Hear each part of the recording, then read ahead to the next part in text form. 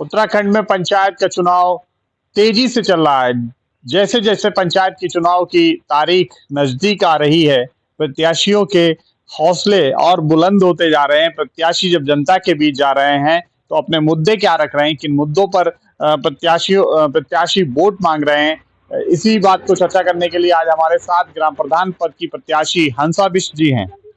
नमस्कार मैम। नमस्कार। मैं सबसे पहले न्यूज चैनल का धन्यवाद बोलती हूँ, सभी न्यूज चैनल का। और जैसे गांव, मैं एक छोटे से गांव से हूँ, गांव से ब्लॉक बना, ब्लॉक से जिला बना, जिला से राज्य बना, राज्य से देश बना। देश ही जब गांव ही नहीं होगा तो देश कैसे होगा। आपका आज उत्तराखंड का ये महत्वपूर्ण पर्व है, हरेला पर्व। सबसे पहले तो मैं आपको बधाई देता हूँ उस पर्व की।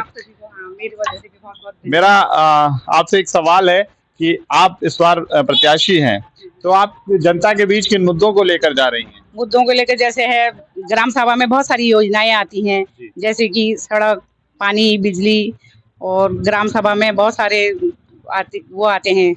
ये तो एक नॉर्मल मुद्दे हो गए, सभी इन मुद्दों को रख रहे हैं। आप अपने क्षेत्र की जनता के लिए, आप अपने ग्राम सभा की जनता के लिए क्या एक ऐसा यूनिक कार्य करना चाहते हैं, अगर जनता आपको मौका देती है तो?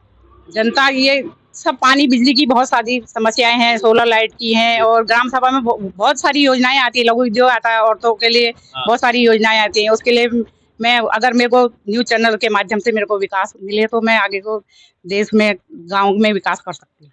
क्या एक संदेश रहेगा अपनी जनता के लिए आपका, अगर जनता आपको चुनती है तो मोस्ट प्रायोरिटी, मतलब सबसे पहले आप कौन सा कार्य ऐसा है जो आप अपनी महान जनता के लिए करना चाहेंगे?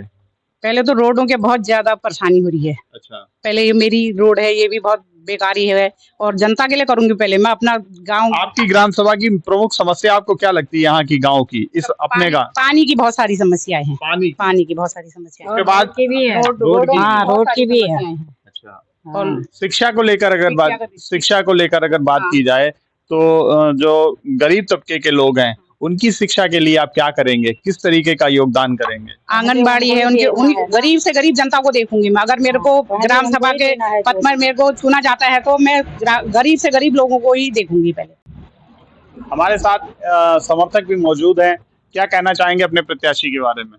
सबसे बड़ी जो हमारे गांव की समस्या है वो रोड है, पानी है, बिजली है, स्वास्थ्य है। तो इन सारी समस्याओं को जो हमें जड़ से देखना पड़ेगा। और आप सभी को पता है कि गांव से ही हमारे देश का निर्माण होता है। सबसे पहले गांव ही है, चाहे वो शिक्षा की बात हो, चाहे वो स्वास्थ्य की बात हो, तो हर उस मुद्दे को उठाया जाएगा जो अभी तक जो मुहैया नहीं कराई गई है पिछले प्रत्याशियों के द्वारा। जो हमारे ग्राम प्रधान जी काम नहीं करेंगे, अधूरे कामों का उसको जड़ से लेना है हमें ये नहीं कि जिसके एक बार वोट मिल गए फिर अपनी जेब भरनी है, ये आला नहीं है। हमें 21वीं शताब्दी, 22वीं शताब्दी के साथ हमें काम करना है। जो हमारा विजन है 2047 तक हमारे मोदी जी का, हमें उसको आगे लेकर चलना है। तो वो गाँव से ही इसकी शुरुआत होनी है ना। एक ग्राम सभा के प्रधान की क्या जिम्मेदारी है आपके हिसाब से? जिम्मेदारी सबसे पहले है कि जो पिछड़े लोग हैं, सबसे पहले उनको आगे लेके आना है। चाहे वो हर एक या फिर शिक्षा की बात करो, है ना, तो चाहे खेत, आप देखो यहाँ पर सारे, मतलब जो गांव है यहाँ पर खेत है, खलियान है, पानी की समस्याएं हैं, रोड की समस्याएं हैं, विकास यहीं से रुका हुआ है। सबसे पहले हमें इस पे फोकस करना पड़ेगा और गांव के आखिरी छोर से शुरुआत करनी पड़ेगी हमें। ये नहीं कि जो विकसित है हम उसमें और विकास कर रहे हैं, लोगों को दिखावा दे रहे हैं कि जो मेन रोड बनी है उसमें और बना रहे हैं, लेकिन हमें जड़ से वहां से शुरुआत करनी पड़ेगी। तो हमारे प्रत्याशी द्वारा यही सब कार्य सबसे पहले रखे जाएंगे। और मैं आपके न्यूज चैनल के माध्यम से यही कहना चाहूँगा, सब जी को वोट करें, सपोर्ट करें और भारी मतों से विजय बनाएं। क्योंकि आप सभी को पता है पिछले कई शिफ्टों से एक ही ग्राम प्रधान रिपीटेड हो रहे हैं। तो ये चीज सही नहीं है कि एक ही को हमेशा मौका मिले, क्योंकि हमारा कोई राजनीतिक बैकग्राउंड नहीं है। हम लोग इनकी शादी को खुद स्वयं 40 साल हो गए। मैं खुद इस गांव में 35 साल का मैं हूँ, तो मैं इस गांव में 35 साल से रह रहा हूँ। तो मैंने सब पता है मुझे इस गांव में कि क्या चीजें यहाँ पर डेवलप नहीं हुई है, तो कैसे। तो हम सब मिलकर यही प्रयास करेंगे अपने गाँव को विकसित करें और एक समाज में हम अपने गांव का अच्छा नाम यहाँ पर दिखाएं।